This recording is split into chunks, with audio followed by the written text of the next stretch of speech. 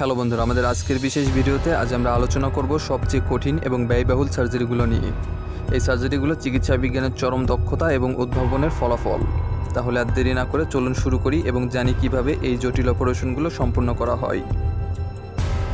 এই সার্জারিতে অ্যানেস্থেসিয়া দেওয়ার পরে ভেঙে যাওয়া হাড়ের স্থান মাংস কেটে তারপর ভাঙ্গা হাড়টি সোজাভাবে বসিয়ে নেওয়া হয়।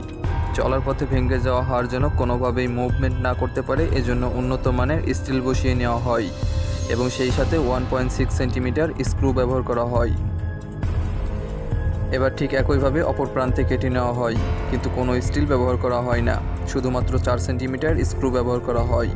বর্তমান সময়ে এই সার্জারি অনেক উন্নত প্রযুক্তি ব্যবহার করা হচ্ছে এবং মানুষের জন্য সেবার সর্বশ্রেষ্ঠ পর্যায়ে নিয়ে যাচ্ছে।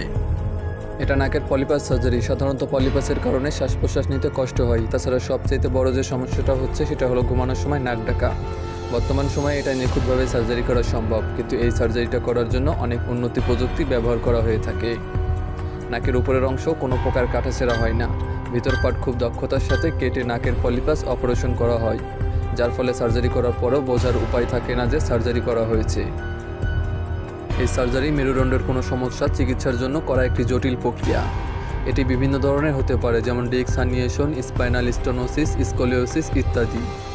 সার্জারির আগে রোগীর সম্পূর্ণ শারীরিক পরীক্ষা ও মেডিকেল ইতিহাস নেওয়া হয়। এমআরআই, সিটি স্ক্যান ইত্যাদি টেস্টের মাধ্যমে সমস্যার স্থান শনাক্ত করা হয় এবং তারপর রোগীকে সাধারণ জেনারেল অ্যানেস্থেসিয়া দেওয়া হয়, যাতে রোগীর পুরো শরীর অবশ থাকে। এরপর মেরুদণ্ডের সেই অংশ নির্ধারণ করা হয় যেখানে সার্জারি করা হবে। সার্জারি এলাকার ওপর ছোট্ট একটি কাঁটা দিয়ে ত্বক এবং পেশি সরানো হয়, যাতে মেরুদণ্ডে প্রবেশ করা যায়। 2 বা ততোধিক ভার্টেব্রাকে একত্রিত করা হয়, যাতে তারা একসাথে বৃদ্ধি পায় এবং মেরুদণ্ড স্থিতিশীল হয়। সবশেষে সার্জারির পর রোগীকে রিকভারি রুমে নিয়ে যাওয়া হয় এবং তার ভিটাল সাইন্স পর্যবেক্ষণ করা হয়।